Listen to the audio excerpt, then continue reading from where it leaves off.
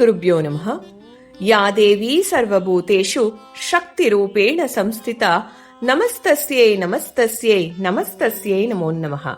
ಬೆಟ್ಟದ ತಾಯಿ ಅಂತಾನೆ ಹೆಸರುವಾಸಿಯಾಗಿರುವಂತ ಚಾಮುಂಡಿ ಬೆಟ್ಟದಲ್ಲಿ ನೆಲೆಸಿರುವಂತ ಚಾಮುಂಡೇಶ್ವರಿ ದೇವಸ್ಥಾನ ಏನಿದೆ ಅದು ಕೂಡ ಅಷ್ಟಾದಶ ಶಕ್ತಿ ಪೀಠಗಳಲ್ಲಿ ಒಂದಾಗಿದೆ.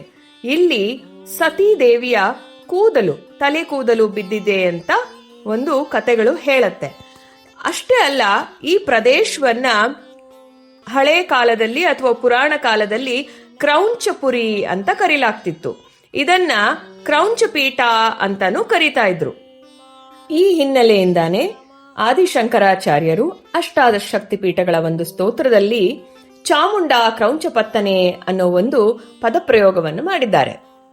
ಚಾಮುಂಡೇಶ್ವರಿ ದೇವಸ್ಥಾನದ ಮುಂಭಾಗದಲ್ಲಿ ಕೈಯಲ್ಲಿ ಖಡ್ಗ ಮತ್ತು ಸರ್ಪವನ್ನ ಹಿಡಿದಿರುವಂತ ರಾಕ್ಷಸ ಮಹಿಷಾಸುರನ ಬೃಹತ್ ಪ್ರತಿಮೆಯನ್ನ ಕೂಡ ನೀವು ನೋಡಬಹುದು. ಈ ರಾಕ್ಷಸನ್ನ ಕೊಂದ ನಂತರ ದೇವಿ ಚಾಮುಂಡಿ ಬೆಟ್ಟದ ಮೇಲೆ ಬಂದು ನೆಲೆಸಿದ್ದಾಳೆ ಅಂತ ಹೇಳಲಾಗತ್ತೆ.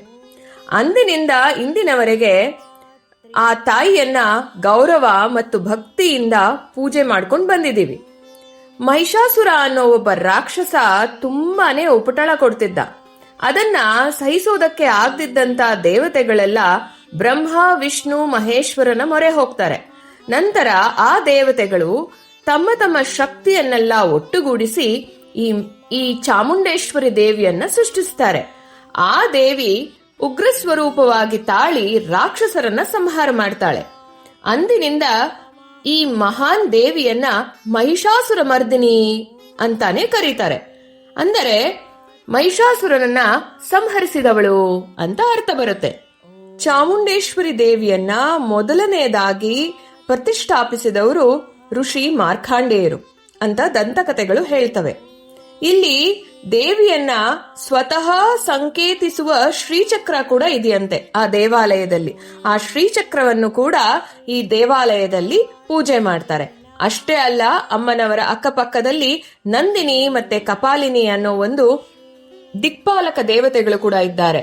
ಮತ್ತೆ ಭಗವಾನ್ ಶಿವನ ಅಭಿವ್ಯಕ್ತಿಯಾದ ಭೈರವನ ಪ್ರತಿಮೆ ಇದೆ, ಮತ್ತೆ ಆಂಜನೇಯ ದೇವರ ಪ್ರತಿಮೆ ಇದೆ. ಹಾಗೆ ಅಡೆತಡೆಗಳು ಏನೂ ಬರಬಾರದು ಅಂತ ಹೇಳಿ ಗಣಪತಿಯ ಒಂದು ಚಿಕ್ಕದಾದಂತ ವಿಗ್ರಹ ಕೂಡ ಬಾಗಿಲಿನ ಹತ್ರ ನೀವು ನೋಡಬಹುದಾಗಿದೆ. ಚಾಮುಂಡೇಶ್ವರಿ ದೇವಸ್ಥಾನದಲ್ಲಿರುವಂತ ನಂದಿಯ ಮೂರ್ತಿ ಭಾರತದಲ್ಲಿಯೇ ಅತಿ ದೊಡ್ಡದಾದಂತ ನಂದಿಯ ಮೂರ್ತಿಯಾಗಿದೆ. ಅಷ್ಟೇ ಅಲ್ಲ, ಸುಮಾರು 600 ವರ್ಷಗಳ ಹಿಂದೆ ನಿರ್ಮಿಸಲಾಗಿದೆ ಅಂತ ಹೇಳಲಾಗುತ್ತೆ.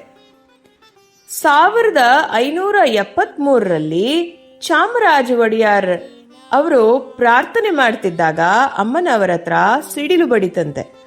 ಸಿಡಿಲು ಬಡ್ದಾಗ್ಲೂ ಕೂಡ ಅವರಿಗೆ ಏನು ಅಹಿತಕರವಾದಂತ ಘಟನೆ ನಡೆದಿದೆ, ಬರೇ ಅವರ ತಲೆ ಕೂದಲು ಮಾತ್ರ ಸುಟ್ಟೋಯ್ತಂತೆ. ದೇವಾಲಯದಲ್ಲಿರುವಂತ ಅರ್ಚಕರು ತಾಯಿ ಸ್ವರೂಪ ಶಿಲಾ ಪ್ರತಿಮೆಯನ್ನ ಪ್ರತಿದಿನ ತುಂಬಾ ಚೆನ್ನಾಗಿ ಅಲಂಕಾರ ಮಾಡ್ತಾರೆ. ಯದುಕುಲದ ದೇವತೆಯಾಗೆ ಬೆಳೆದು ಬಂದಿರುವ ಚಾಮುಂಡೇಶ್ವರಿ ಮೈಸೂರಿನ ಮಹಾರಾಜರುಗಳು ಹಲವಾರು ಬೆಲೆ ಬಾಳುವ ಅಪರೂಪವಾದಂತ ಕಾಣಿಕೆಗಳನ್ನ ಶ್ರದ್ಧಾ ಭಕ್ತಿಯಿಂದ ಆ ತಾಯಿಗೆ ಒಪ್ಪಿಸಿದ್ದಾರೆ. ಈ ಶಕ್ತಿ ದೇವತೆಗೆ ಮಾನವ ಮತ್ತು ಪ್ರಾಣಿ ಬಲಿಯನ್ನ ಕೂಡ ಹಿಂದೆ ಕೊಡ್ಲಾಗ್ತಿತ್ತಂತೆ. ಆದ್ರೆ 18ನೇ ಶತಮಾನದ ಕಾಲದ ನಂತರ ಇದಕ್ಕೆ ಕಡಿವಾಣ ಬಿದ್ದಿದೆ. ಈಗ ಏನಿದ್ರೂ ತುಂಬಾ ಸೌಮ್ಯ ರೀತಿಯಲ್ಲಿ ಫಲ ಪುಷ್ಪಾದಿಗಳಿಂದ ಅರ್ಚನೆ ಮಾಡಿ ನಿಂಬೆಹಣ್ಣಿನ ಹಾರ, ನಿಂಬೆಹಣ್ಣಿನ ಒಂದು ದೀಪಗಳನ್ನ ಬೆಳಗ್ತಾ ಅಮ್ಮನವರ ಆರಾಧನೆಯನ್ನ ವಿಜೃಂಭಣೆಯಿಂದ ಶ್ರದ್ಧಾ ಭಕ್ತಿಯಿಂದ ನೆರವೇರಿಸಿಕೊಂಡು ಬಂದಿದ್ದಾರೆ. ನಿಮಗೆಲ್ಲ ತಿಳಿದಿರೋ ಹಾಗೆ ಅಂಬಾರಿ ಮೇಲೆ ಈ ಚಾಮುಂಡೇಶ್ವರಿ ದೇವಿಯ ಒಂದು ದಸರಾ ವೈಭವ ಕಣ್ಣು ಕಟ್ಟತ್ತೆ. ಅಷ್ಟು ಲೋಕ ಪ್ರಸಿದ್ಧಿಯಾದಂತ ನಮ್ಮ ನಾಡಿನ ಚಾಮುಂಡೇಶ್ವರಿ ದೇವಿಗೆ ಆಷಾಢ ಶುಕ್ರವಾರಗಳಲ್ಲಿ ಮತ್ತು ನವರಾತ್ರಿ ಮತ್ತು ಅವರ ಅಮ್ಮನವರ ವರ್ಧಂತಿ ಏನ್ ಬರುತ್ತೆ ಆಗ ಹಬ್ಬಗಳನ್ನ ತುಂಬಾ ಚೆನ್ನಾಗಿ ಆಚರಣೆ ಮಾಡ್ತಾರೆ. ಆಷಾಢ ಮಾಸದ ಶುಕ್ರವಾರದಲ್ಲಂತೂ ವಿಶೇಷವಾಗಿ ತುಂಬಾ ಮಂಗಳಕರ ಅಂತ ಪರಿಗಣಿಸಿ ತುಂಬಾನೇ ಪೂಜೆ ಪುನಸ್ಕಾರಗಳನ್ನ ಆ ದೇವಾಲಯದಲ್ಲಿ ಮಾಡ್ತಾರೆ. ಮತ್ತೆ ಮೈಸೂರು ಮಹಾರಾಜರು ಕೂಡ ದೇವಿಯ ಉತ್ಸವ ಮೂರ್ತಿಯನ್ನ ಪ್ರತಿಷ್ಠಾಪನೆ ಮಾಡಿದಂತ ವಾರ್ಷಿಕೋತ್ಸವವನ್ನ ಕೂಡ ಆಚರಣೆ ಮಾಡ್ತಾರೆ. ಆಷಾಢ ಮಾಸದಲ್ಲಿ ದೇಶದಾದ್ಯಂತ ಭಕ್ತರು ದೇವಿಯ ದರ್ಶನಕ್ಕಾಗಿ ತುಂಬಾ ಜನ ಬರ್ತಾರೆ ಅಲ್ಲಿ. ಮತ್ತೆ ಇಲ್ಲಿ ನಿಂಬೆ ಹಣ್ಣಿನ ದೀಪವನ್ನ ಬೆಳಗಿಸ್ತಾರೆ. ಯೂಶಲಿ ದೇವಿಗೆ ಅಂತ ಬಂದ್ಬಿಟ್ರೇನೆ ನಿಂಬೆ ಹಣ್ಣಿನ ಒಂದು ದೀಪವನ್ನ ಹಚ್ಚುವಂತ ವಾಡಿಕೆ ಇದೆ. ಮತ್ತೆ ಈ ನಿಂಬೆ ಹಣ್ಣಿನ ದೀಪಗಳನ್ನ ಬೆಳಗಿದ್ರೆ ಇಷ್ಟಾರ್ಥಗಳು, ನಮ್ಮ ಮನೋಕಾಮನೆಗಳು ನೆರವೇರತ್ತೆ ಅನ್ನೋ ಒಂದು ನಂಬಿಕೆ ಕೂಡ ನಮ್ಮ ಜನರಲ್ಲಿ ಇದೆ. ಚಾಮುಂಡಿ ಬೆಟ್ಟದ ಆಗ್ನೇಯ ದಿಕ್ಕಿನಲ್ಲಿ ಸುಮಾರು 6 ಕಿಲೋಮೀಟರ್ಗಳ ಒಂದು ಅಂತರದಲ್ಲಿ ಜ್ವಾಲಾಮುಖಿ ತ್ರಿಪುರ ಸುಂದರಿ ಅಮ್ಮನವರ ದೇವಸ್ಥಾನವಿದೆ. ಇದು ಉತ್ತನಹಳ್ಳಿ ಮಾರಮ್ಮ ಅಂತಾನೆ ಒಂದು ಹೆಸರುವಾಸಿಯಾಗಿರುವಂತ ಉಗ್ರರೂಪಿಯಾಗಿರುವಂತ ಅಮ್ಮನವರು. ಇವರು ಚಾಮುಂಡಿ ದೇವಿ ಏನಿದ್ದಾರಲ್ಲ ಅವರ ತಂಗಿ ಅಂತ ಹೇಳಿ ದಂತಕಥೆಗಳು ಹೇಳ್ತವೆ. ಚಾಮುಂಡೇಶ್ವರಿ ದೇವಿ ಮಹಿಷಾಸುರನ ಸಂಹಾರ ಮಾಡುವಾಗ ಮಹಿಷಾಸುರ ಬಂದು ಬ್ರಹ್ಮದೇವನ ಹತ್ರ ವರ ಪಡೆದಿದ್ದಂತೆ, ನನ್ನ ಒಂದು ರಕ್ತದ ಬಿಂದು ಭೂಮಂಡಲದಲ್ಲಿ ಬಿದ್ದಾಗ ಅದರಿಂದ 100 ಜನ ರಾಕ್ಷಸರಾಗ್ತಾರೆ ಅಂತ ಹೇಳಿ.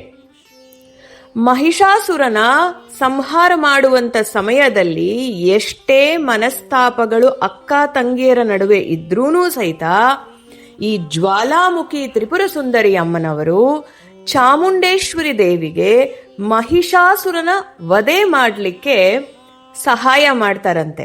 ಅದು ಹೇಗೆ ಅಂತಂದಾಗ, ಅವರು ಚಾಮುಂಡೇಶ್ವರಿ ದೇವಿ ಯುದ್ಧ ಮಾಡುವಂತ ಸಂದರ್ಭದಲ್ಲಿ ಅವರು ತಮ್ಮ ನಾಲಿಗೆಯನ್ನ ಭೂಮಂಡಲದಲ್ಲೆಲ್ಲ ಚಾಚ್ತಾರಂತೆ.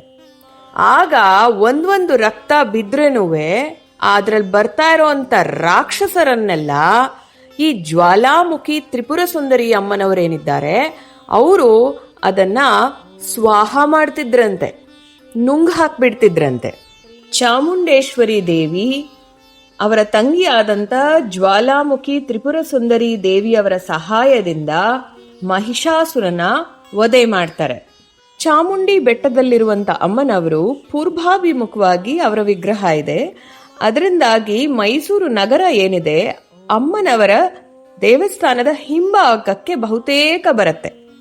ಅದೇ ಈ ಜ್ವಾಲಾ ತ್ರಿಪುರ ಸುಂದರಿ ಅಮ್ಮನವರೇನಿದ್ದಾರೆ ಅವರು ಬಂದು ಪಶ್ಚಿಮಾಭಿಮುಖವಾಗಿ ಇರೋದ್ರಿಂದ ಬಹುತೇಕ ಮೈಸೂರು ನಗರವನ್ನ ಅವರು ನೋಡ್ತಿದ್ದಾರೆ.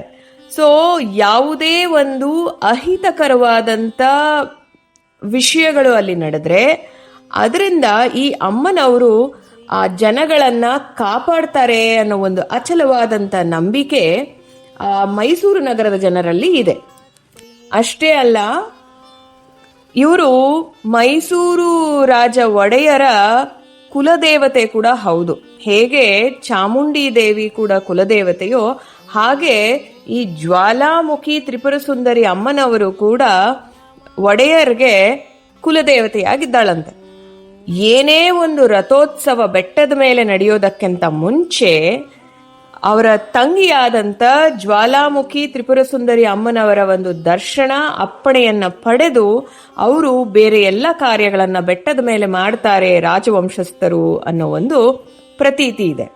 ಈ ಜ್ವಾಲಾಮುಖಿ ತ್ರಿಪುರ ಸುಂದರಿ ದೇವಿಯವರ ವಿಗ್ರಹ ಏನಿದೆ ಗರ್ಭಗುಡಿಯಲ್ಲಿ, ನೀವು ನಾಲಿಗೆಯನ್ನ ಚಾಚಿಕೊಂಡು ಅಮ್ಮನವರು ತುಂಬಾ ಗಾಂಭೀರ್ಯದಲ್ಲಿ ಕ್ರೋಧದಲ್ಲಿ ಕೂತ್ಕೊಂಡಿರುವಂತ ಭಂಗಿ ನೀವು ನೋಡ್ತೀರ. ಇಲ್ಲಿ ಒಂದು ನಂಬಿಕೆ ಏನಂತಂದ್ರೆ, ಈ ಅಮ್ಮನವರ ಆರಾಧನೆ ಮಾಡುವಂತ ಭಕ್ತರನ್ನ ಯಾರಾದ್ರೂ ತೊಂದರೆ ಕೊಟ್ರೆ ತನ್ನ ನಾಲಿಗೆಯಿಂದನೇ ನುಂಗಾಕಿ ಬಿಡ್ತಾಳೆ ಅಂತ ಆ ಒಂದು ಗ್ರಾಮಸ್ಥರು ಆ ಜನ ತುಂಬಾ ನಂಬ್ತಾರೆ. ಜ್ವಾಲಾಮುಖಿ ತ್ರಿಪುರ ಸುಂದರಿ ಅಮ್ಮನವರ ದೇವಸ್ಥಾನದಲ್ಲಿ ಈಗಲೂ ಕೂಡ ಆ ರಕ್ತ ಬೀಜಾಸುರನನ್ನ ಅಮ್ಮನವರು ವಧೆ ಮಾಡಿದಾಗ ಚಾಮುಂಡಿ ದೇವಿಗೆ ಸಹಾಯ ಮಾಡಿರುವಂತ ಒಂದು ಕಲ್ಲು, ಬಲಿ ಕಲ್ಲು ಅಂತ ಒಂದು ಅಮ್ಮನವರ ಗರ್ಭಗುಡಿಗೆ ಆಚೆ ಕಡೆ ನೀವು ನೋಡಬಹುದು. ಅಷ್ಟೇ ಅಲ್ಲ, ನೀವು ಪ್ರಾಕಾರದಲ್ಲಿ ಬರುವಾಗ ನಿಮಗೆ ಕಾಲಭೈರವ ದೇವರ ದರ್ಶನ ಆಗುತ್ತೆ. ಮತ್ತೆ ಉದ್ಭವವಾಗಿರುವಂತ ಸಿದ್ದೇಶ್ವರ ಸ್ವಾಮಿ ಅನ್ನೋ ಒಂದು ಶಿವನ ಒಂದು ದೇವಸ್ಥಾನ ಕೂಡ ಈ ಪ್ರಾಕಾರದಲ್ಲಿದೆ. ಮತ್ತೆ ಈ ಅಮ್ಮನವರ ಹತ್ರ ಆ ಗ್ರಾಮದ ಜನರು ಹೂವ ಕೇಳೋ ಅಂತ ಒಂದು ವಾಡಿಕೆನ ಕೂಡ ಇಟ್ಕೊಂಡಿದ್ದಾರೆ. ಏನಪ್ಪಾ ಅಂತಂದ್ರೆ, ಅಮ್ಮನವರ ಹತ್ರ ಗರ್ಭಗುಡಿಯಲ್ಲಿ ಹತ್ರ ಕೂತ್ಕೊಂಡು ಯಾವುದಾದ್ರೂ ಮನಸ್ಸಿನಲ್ಲಿ ಒಂದು ಇಚ್ಛೆ ಪ್ರಾರ್ಥನೆಯನ್ನ ಇಟ್ಕೊಂಡು ನಾವು ಭಕ್ತಿಯಿಂದ ಬೇಡಿದ್ರೆ, ಬಲಗಡೆಯಿಂದ ಅಮ್ಮನವರೇನಾದ್ರೂ ಪ್ರಸಾದ ಕೊಟ್ರೆ, ಅಂದ್ರೆ ಹೂವು ಬಿದ್ರೆ ಆ ಕೆಲಸ ಖಂಡಿತವಾಗ್ಲೂ ಆಗೇ ತೀರುತ್ತೆ ಅನ್ನೋ ಒಂದು ಅಚಲವಾದಂಥ ನಂಬಿಕೆ ಆ ಜನಗಳಿಗೆ ಇದೆ. ನೀವು ಮೈಸೂರನ್ನ ಭೇಟಿ ಮಾಡಿದಾಗ ಖಂಡಿತವಾಗ್ಲೂ ಚಾಮುಂಡೇಶ್ವರಿ ಅಮ್ಮನವರ ದೇವಸ್ಥಾನವನ್ನು ನೋಡ್ತೀರಾ. ಆಗ ಜ್ವಾಲಾಮುಖಿ ತ್ರಿಪುರ ಸುಂದರಿ ಅಮ್ಮನವರ ದೇವಸ್ಥಾನಕ್ಕೂ ಕೂಡ ನೀವು ಭೇಟಿ ಮಾಡೋದನ್ನ ಮರಿಬೇಡಿ.